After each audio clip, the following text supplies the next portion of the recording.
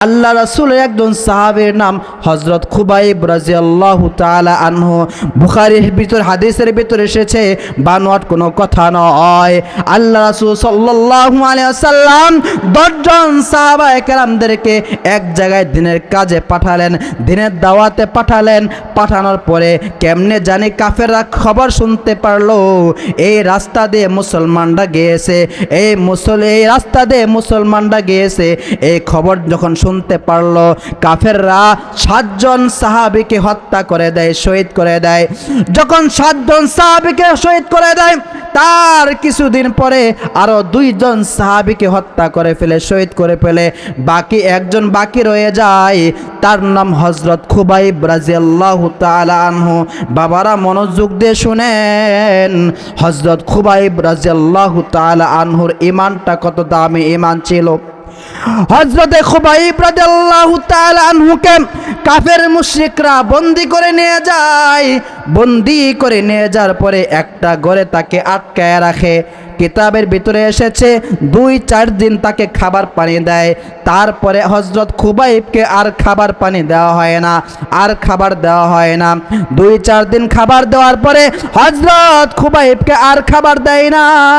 কিছুদিন পরে এলান করা হলো হযরত খুবাইবকে রক্তাক্ত করা হবে, হযরত খুবাইবকে হত্যা করা হবে। এলাকার ভিতরে এলান করা হলো, ছোট ছোট মাসুম বাচ্চাদেরকে জানানো হলো একজন মুসলমানকে মারা হবে, তারা কি আনন্দ কি খুশি? মুসলমানকে মারা হবে, তারা কি খুশি কি আনন্দ? হযরত খুবাইবকে বলা হলো, খুবাইব তোমাকে হত্যা করে ফেলা হবে, তোমার জীবনে কোনো শেষ ইচ্ছা আছে কিনা?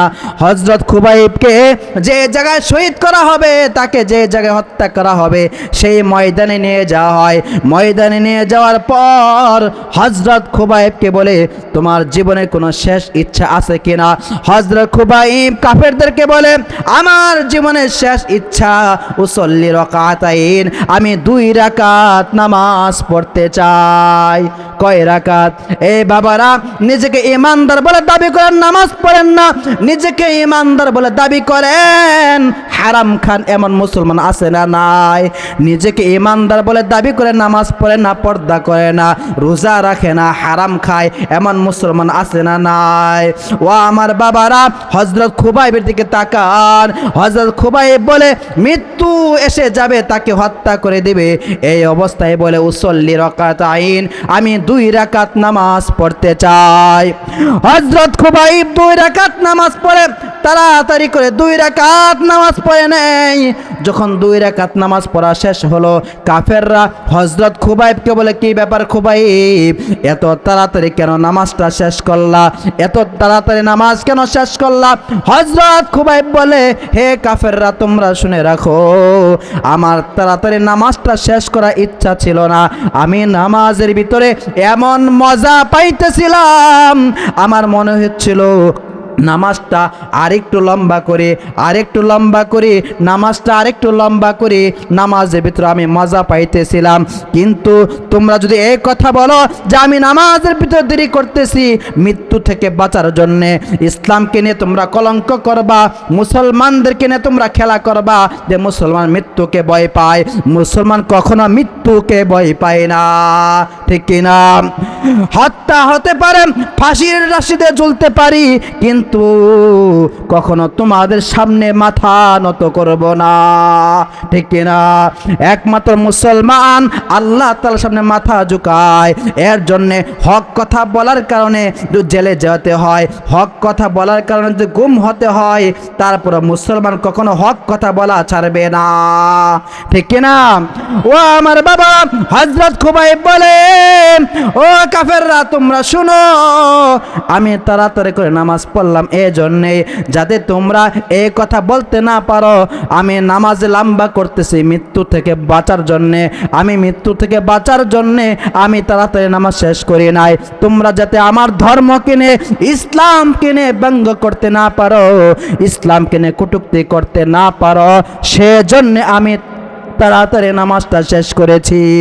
কারণ মুসলমান সব মেনে নিতে পারে, ইসলামকে কেউ যদি কটাক্ষ করে, আল্লাহকে যদি কেউ কটাক্ষ করে, নবীকে যদি কেউ কটাক্ষ করে, কোরআনকে যদি কেউ কটাক্ষ করে, মুসলমানের ঈমান থাকতে তা কখনো বরদাস্ত করতে পারে না। ঠিক কিনা? ও আমার বাবারা, যখন খুবাইব নামাজ শেষ করে, নামাজ শেষ করার পর হযরত খুবাইব রাদিয়াল্লাহু তাআলা আনহুকে শুলের উপরে চড়ানো হয়, স্টেজের উপরে ওঠানো হয়।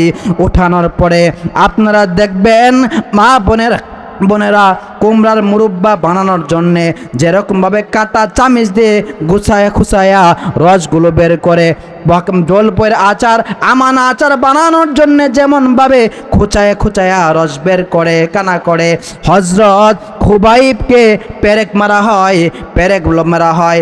একটা কাঠ আর একটা কাঠের সাথে লাগানোর জন্য যেমনভাবে লোহার প্রয়োজন হয়, পেরেক মারেন, তার কাটা মারেন। হযরত খুবাইবের হাতের ভিতরে এরকমভাবে পেরেক মারা হয়, পায়ের ভিতরে পেরেক মারা হয়। বাবা, পেরেক মারার পরে তার শরীরের ভিতরে সুই দিয়ে, কাঁচি দিয়ে, কাটা দিয়ে এই পরিমাণে খুঁচা দেওয়া হয়, শরীর থেকে হযরত খুবাইবের শরীর থেকে রক্ত বের হয়। ও আমার বাবারা, হযরতের খুবাইবের শরীর থেকে যখন রক্ত বের হয়, রক্ত যখন বের হয়ে যায়, জমিন ভেসে যায়, তখন কাফেরদের ভিতরে একজন বলে, হে খুবাইব, তোমাকে যদি একটা কাজ করতে বলি, এই কাজটা যদি তুমি করো তাহলে আমরা তোমাকে ছেড়ে দেব। হযরত খুবাইবের মাথাটা নিচের দিকে চলে যায়, রক্ত বের হওয়ার কারণে তার শক্তি শেষ হয়ে যায়। হযরত খুবাইব তখন বলে, কি কাজ করলে তোমরা আমাকে ছেড়ে দেবা? তখন হযরত খুবাইবকে বলে, যদি তোমরা তোমার নবীকে গালি দিতে পারো, নাউযুবিল্লাহ, যদি গালি দিতে পারো তাহলে তোমাকে মৃত্যু থেকে ছেড়ে দেব। তখন হযরত খুবাইব বলেন, হে মক্কার কাফের ভালো মানুষ, শুনে নাও, এমন জীবন আমি চাই না যে জীবনের বিনিময়ে আমার নবীকে তোমরা গালি দিতে পারো। মুসলমান তা কখনো বরদাস্ত করতে পারে না। কারণ আল্লাহর নবীর হাদিস, আল্লাহ রাসূল বলেন, লা ইউমিনু আহাদুকুম হাত্তা আকুনা আহাব্বা ইলাইহি মি ওয়ালিদিহি ওয়া ওয়ালাদিহি ওয়ান নাসি আজমাইন। আল্লাহ রাসূল বলেন, তোমরা ততক্ষণ পর্যন্ত পরিপূর্ণ মুমিন হতে পারবে না, কামেল মুমিন হতে পারবে না, যতক্ষণ পর্যন্ত তোমাদের পরিবার, তোমাদের সন্তান, তোমাদের মা বাবা, স্ত্রী পুত্র, এমনকি নিজের জীবনের চাইতে যতক্ষণ পর্যন্ত তুমি তোমার নবীকে বেশি মহাব্বত করতে না পারবা, ভালোবাসতে না পারবা, ততক্ষণ পর্যন্ত পরিপূর্ণ কামেল মুমিন হতে পারবা না। আমি আমার নবীকে গালি দেব, এটা কখনো বরদাস্ত করতে হতে পারে না। এই তো কিছুদিন আগে এক বাউল নামের ফাউল আল্লাহকে কটূক্তি করেছে, আল্লাহর নবীকে কটূক্তি করেছে, কোরআনকে কটূক্তি করেছে, এটা মুসলমান মেনেতে পারে না। এই কুলাঙ্গারের ফাঁসি বাংলার জমিনে হোক, কে চান কি না?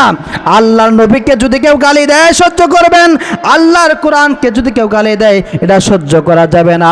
ও আমার বাবারা, সংক্ষেপ করে দিতেছি, হযরত খুবাইবকে যখন বলা হলো, যদি তুমি তোমার নবীকে গালি দাও তাহলে তোমাকে ছেড়ে দেব, হযরত খুবাইব বলে, আমার জীবনও যদি চলে যায় আমি আমার নবীকে গালি দিতে পারবো না।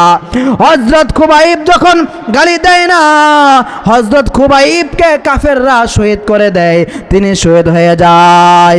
যখন শহীদ হয়ে যায়, বাবারা ভালো করে খেয়াল করেন, হযরত খুবাইব যখন শহীদ হয়ে যায়, কিছুদিন পরে হযরত খুবাইবকে যে ঘরের ভিতরে আটকায় রাখা হয়েছিল, যে ঘরের ভিতরে বন্দি করে রাখা হয়েছিল, সেই ঘরের পাশে আরেক রুমে একজন মেয়ে ছিল, তার নাম জয়নব। তিনি মুসলমান হয়ে যান। জয়নব যখন মুসলমান হয়ে যাওয়ার পর তিনি বলেন, হযরত খুবাইবকে যখন আমার বাবারা, আমার চাচারা আমার পাশের ঘরে বন্দি করে রেখেছিল, আমি একদিন জানলা দিয়ে তাকায় দেখি হযরত খুবাইবের উপরে আঙ্গুর ঝুলতেছে, আর তিনি আঙ্গুর চুষে চুষে খাইতেছে। বলেন না সুবহানাল্লাহ। তখন জয়নব বলে, তোমাকে তো খাবার পানি দেওয়া হয় না, তাহলে তুমি কেমন করে আঙ্গুর খাও, তাহলে তুমি কেমন করে ফল খাও? হযরত খুবাইব তখন বলে যে আল্লাহর প্রতি ঈমান আনার কারণে তোমার বাবা তোমার চাচা আমাকে বন্দি করে রেখেছে, সেই আল্লাহর প্রতি ঈমান আনার কারণে আল্লাহ তাআলা জান্নাত থেকে আমার ফলের ব্যবস্থা করে দিয়েছে। বলেন না সুবহানাল্লাহ।